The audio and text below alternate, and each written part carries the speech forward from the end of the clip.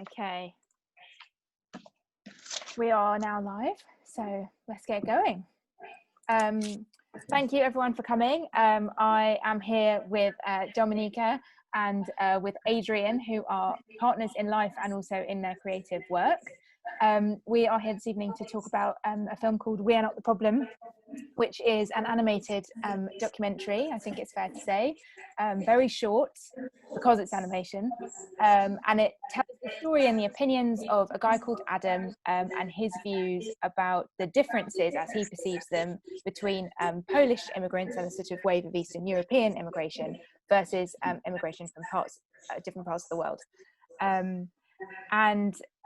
It was a completely unique pitch to us. We didn't have anybody come forward with this kind of combination of opinions. A filmmaker we knew felt about it one way, and then a participant we knew felt about the issue a different way.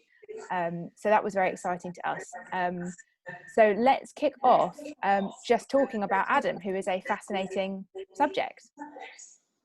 Tell us how you met him and how that all happened. So I've met Adam quite a long time ago. I remember the very first time this idea came to my mind was after reading an article, I think 4 years ago, about studies that, it was quite surprising for me that studies showed that traveling and that emigration does not really increase your sort of open-mindedness to different cultures. On contrary to what we think about travel, right? We always say that travel broadens horizons and makes us more open to different cultures, customs. And the studies show that people who emigrate for work sometimes tend to go almost the opposite way and become a bit more rooted in their views. And I've just found it really interesting. And I started, and this idea of checking it among people of similar background, of the same nationality as me, came to my mind. And then all the noise connected to Brexit started happening. And I started seeing the other articles that were saying that a lot of migrant communities also support Brexit. And I even had a conversation with my Turkish colleague who said that who already had the British citizenship, but she said that she will vote for Brexit. And I just found it, like, I couldn't believe it almost. And then I went online, I started searching different Facebook groups with Polish minorities, like Polish people London, Polish people UK, Polaki PL, like different groups. And I started messaging people, and I think I messaged a few hundred people, asking if someone would be interested to talk to me about their experience of migration, about what they think about Brexit. And among, I think I got maybe 10 replies. And Adam was like one of the nicest replies. First of all, he immediately agreed to meet with me. We scheduled a meeting. And I just loved the interview with him immediately. That was pretty much it. After this interview, it was exactly what I needed. We met during his the first time we met during his lunchtime. He at the time he worked in a restaurant as a bartender, I think, or waiter, and it was just like a really lovely meeting. First of all, I would like to say here, because I don't think that comes across in my animation. He's a lovely person. He is very young, like in his early 20s, and I scheduled the meeting. It was for the purpose of my animation, but like he insisted on inviting me for coffee and was quite stressed about things. And throughout the conversation about his background, his life, and his views on migration, for me, it was quite clear that for him, like the topic of his personal experience is very separate for his views on other migrants. Like he doesn't really sees it as the same category. And for me, that was really interesting because it seemed like the root of this, contrasting, of this contradiction. And So I decided to make short animation, just sort of contrasting what he says about his own experience with exactly the same things that he comments on other migrants. Yeah. Yeah. Did you know from the beginning that you wanted? I think it's quite striking in the animation that although your style is very distinctive, and we can talk about that later, your perspective is very quiet. You know, we know because we met you how you felt about it, but actually in the animation, you're not putting that across at all. And did you know from the beginning that's the stance you wanted to take? Yeah, I remember especially when we were talking about the issue of refugee crisis. Adam asked me what's my opinion, and I told him from the beginning that I don't want to say it because I want to hear his perspective.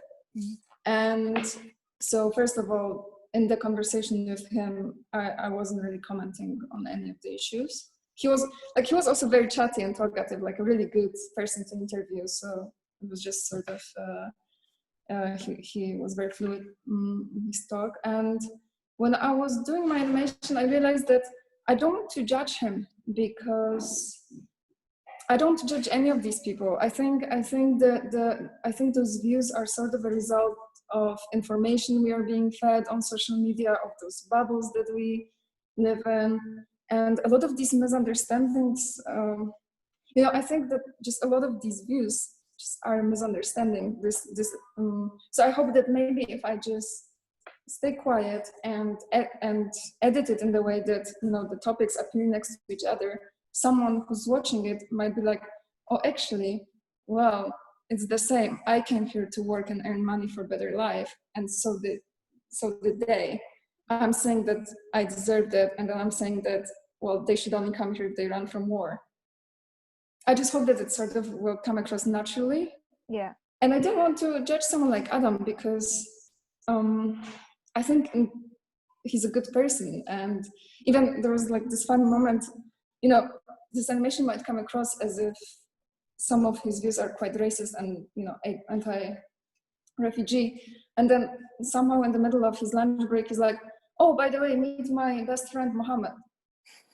It's like, and like it didn't even click with him that maybe that somehow, a conflict. Yeah, exactly. Yeah. Has he seen the film? I don't think so yet. He's been quite busy. He moved back to Poland from when we last talked. He was moving back to Poland. He was in the middle of organizing his wedding. Okay.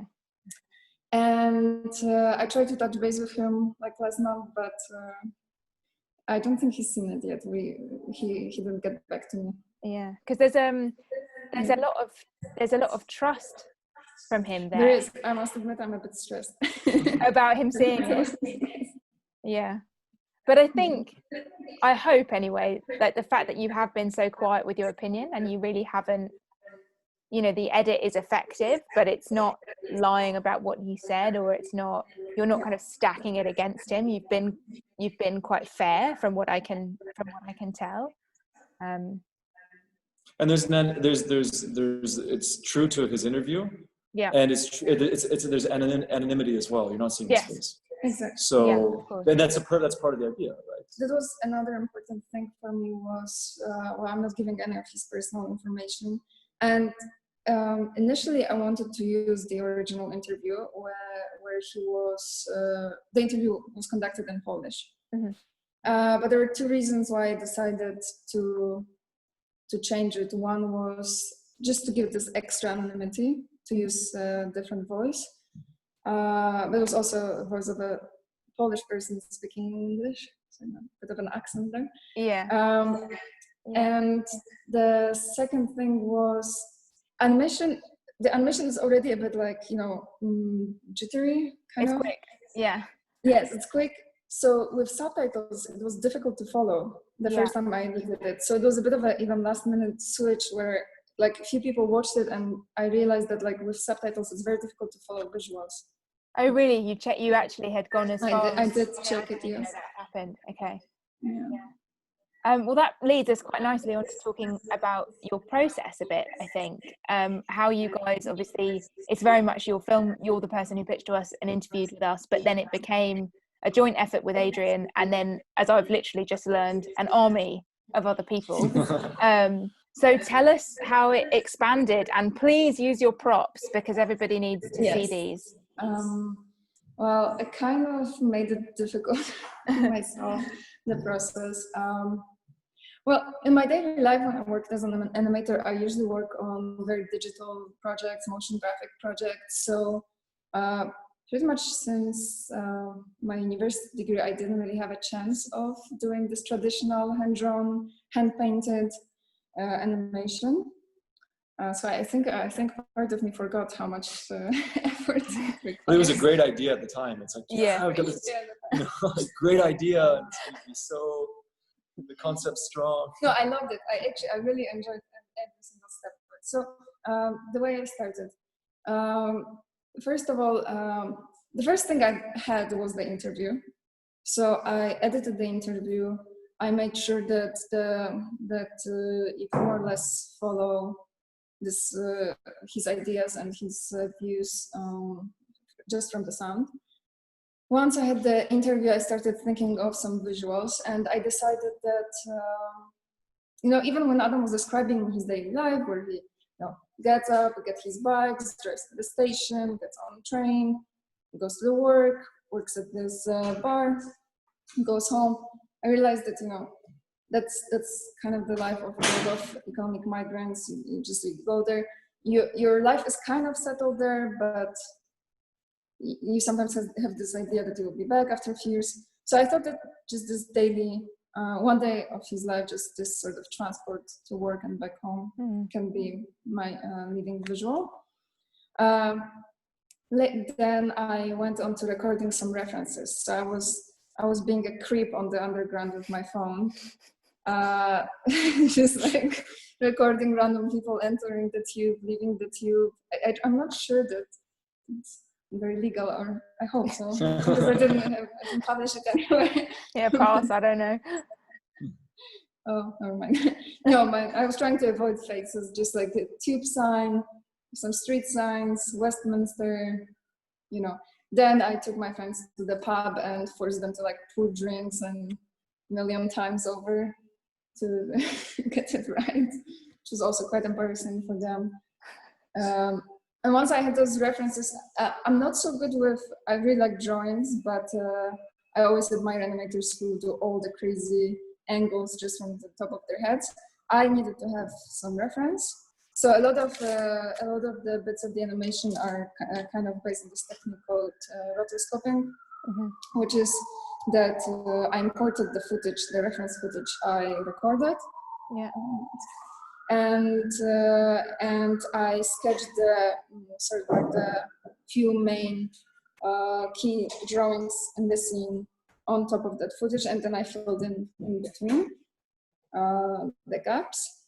At the beginning I started everything hand drawn, but then I found this really great app on iPad which allowed me to sketch and do corrections in a much faster way.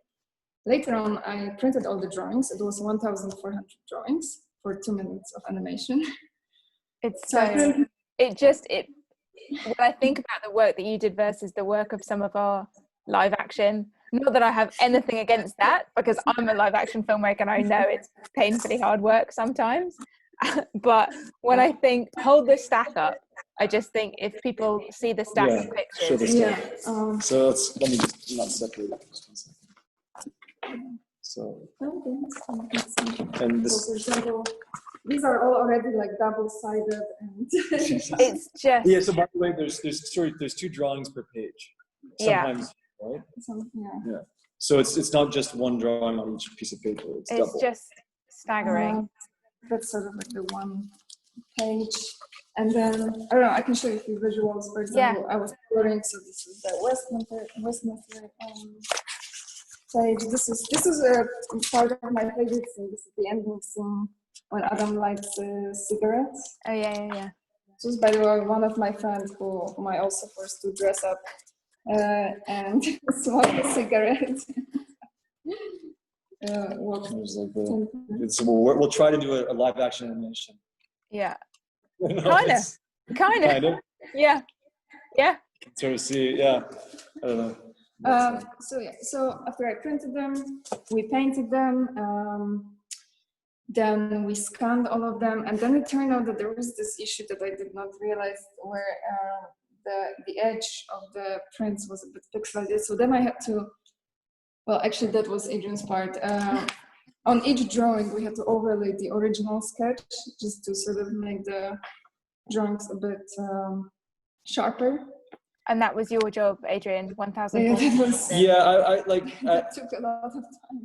As also a live action film person primarily, you know, it was quite an experience for me. Just like I understood the weight of it.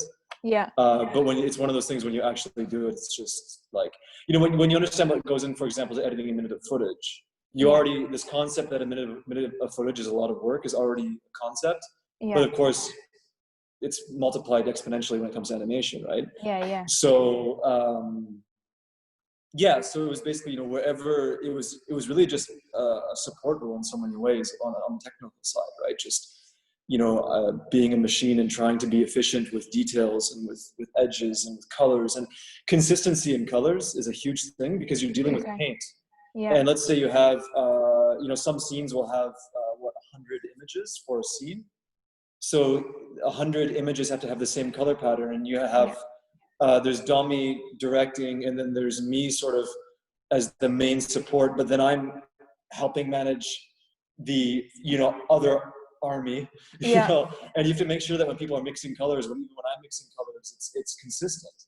Yeah. And you'd sometimes get through a scene and realize that the blue at the beginning of the scene is different from the blue at the end, and you have to go back and relayer and remix and So I think at the beginning I calculated that I will need like 4 people to help me paint, and after 2-3 weeks I was like, okay, we need more. So I started calling everyone who I knew that has, you know, some sort of artistic skill, that I know that can hold a paintbrush and, you know, stay within the lines. So we should be grateful that me and John and Izzy weren't recruited into this. I'm realizing now that we didn't get a call. Oh, I didn't think I should have. It's too late. Yeah, I mean, we had a lot of fun. There were drawings on the floor in every room. Yeah. And some people found it kind of like meditative almost, you know. Yes, a lot of my friends were like surprisingly enjoying it. Yeah. Well, it was a whole thing. It was a couple of, I mean, how long ago was that? A couple of Christmases ago, when colouring books for adults was the thing. Exactly. It didn't coincide. You could have given people your drawings for Christmas. Exactly. Yeah. No, a lot of my friends were just like, I was like, no, you can leave now. It's okay. You've been painting for 4 hours. And they're like, no, keep going. You know, keep them fed and they keep going. Yeah. That's a live action lesson right there. That works. Yeah, exactly. That works. Just bring that to animation. Just give them pizza and they'll do anything you want. Yeah, exactly. Yeah. But I feel like this is also great for you guys as a couple. If you didn't have that insight into animation, Adrian, now you do. There can be no dispute in the future about how hard she's working. Unfortunately, he had to do most of the work. Yeah, and I mean, we've had other projects together now where we've been doing digital animations, and that's so it's continuing. It's been ongoing. So. There's elements of it. What's interesting from a filmmaker, from a sort of live action perspective, is that especially when you're coming from documentary, there's this sort of design element that really comes in.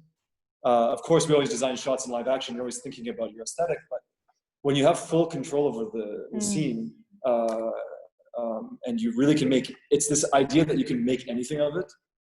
You know, it can be whatever you want. You have complete control over it. Yeah. And that's overwhelming. I mean, I'm not the one driving the creative, you know, side, but in some of the other projects, there's also a bit more input, and still very much a following role. But it's really interesting it's almost a challenge to also think how the scenes transition, because again, it's a different thing. Things flow and they're obscured and they're abstract. Yeah. And it's interesting to watch how she thinks when she links scenes and concepts, and when you try and animate.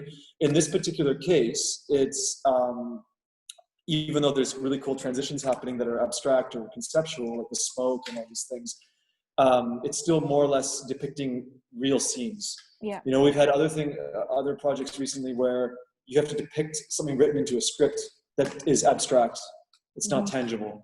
And then seeing how she thinks about that and how she manifests that is actually a huge thing to learn from as well. Yeah. It helps feed the rest of the whole mechanism, right? The whole practice. Yeah. Well, I mean, can you talk a bit about that, Dominique? Like you developing your own style.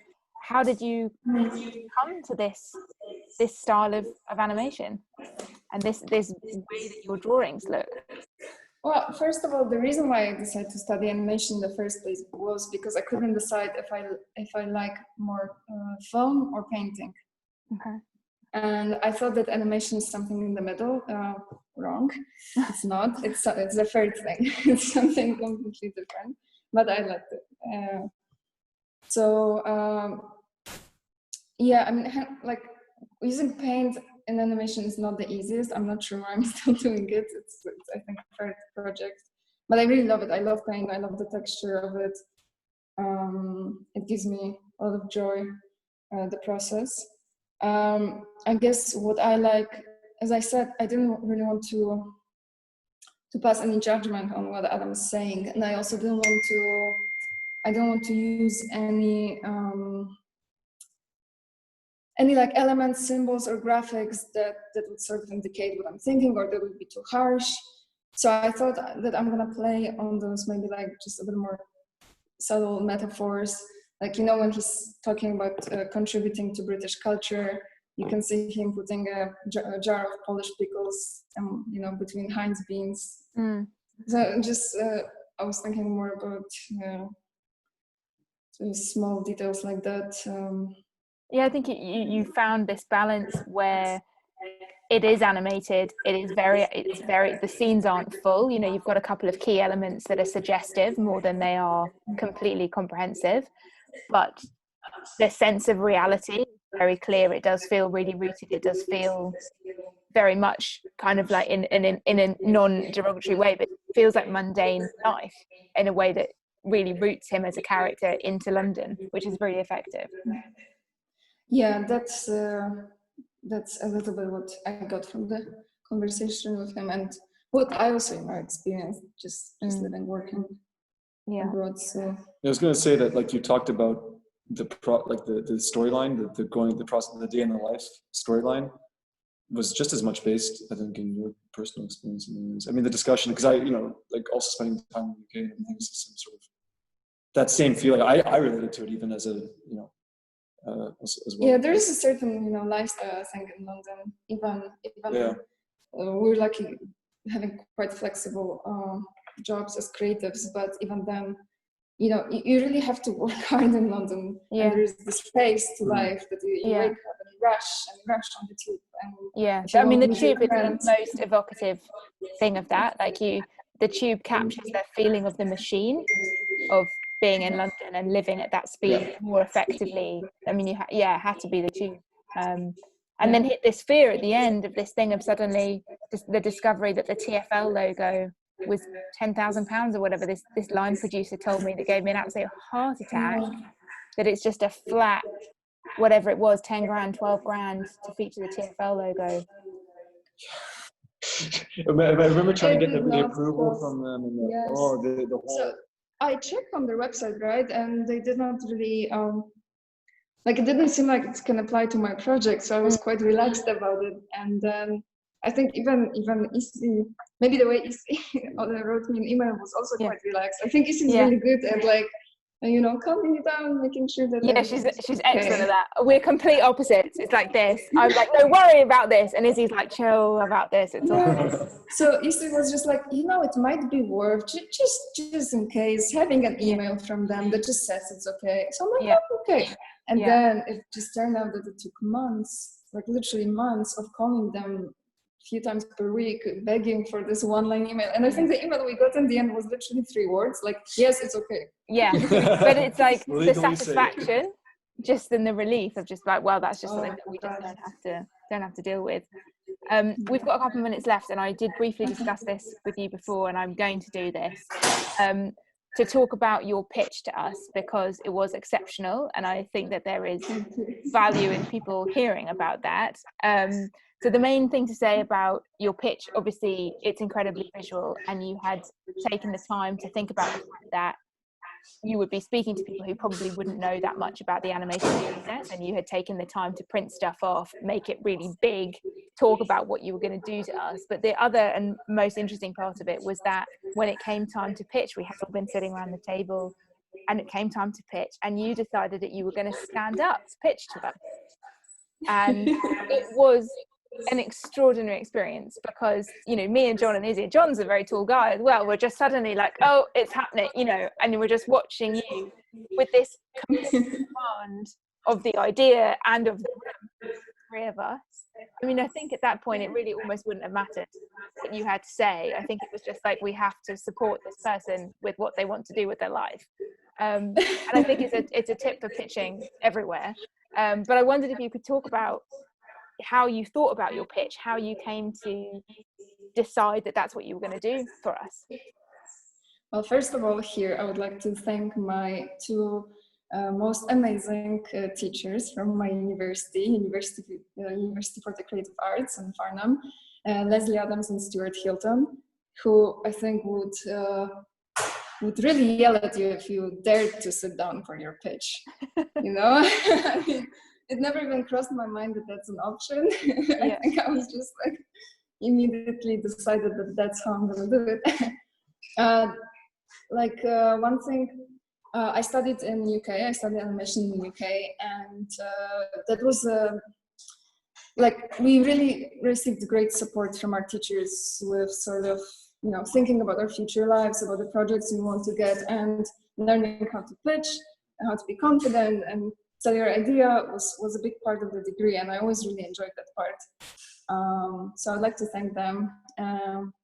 I should reach out to them and ask what they think. Do. You can send them this. It's going to be on YouTube tomorrow, and you can say, skip to the end. This is the bit for you. Yeah. So that was brilliant. They'll be happy to hear that. Well, that is about time. So thank you both very much for joining us, especially with a bit of a time difference over there in Lebanon. And it leaves me just, I have to say, do my roundup that makes me feel like I have a TV show. That I will be back tomorrow night at 8 with Jason Wingard, his producer Hannah Stevenson, and the actors and Liz White, who are going to talk about their film Pavement. So thank you very much for coming, and for those watching afterwards, and see you later. Thank you.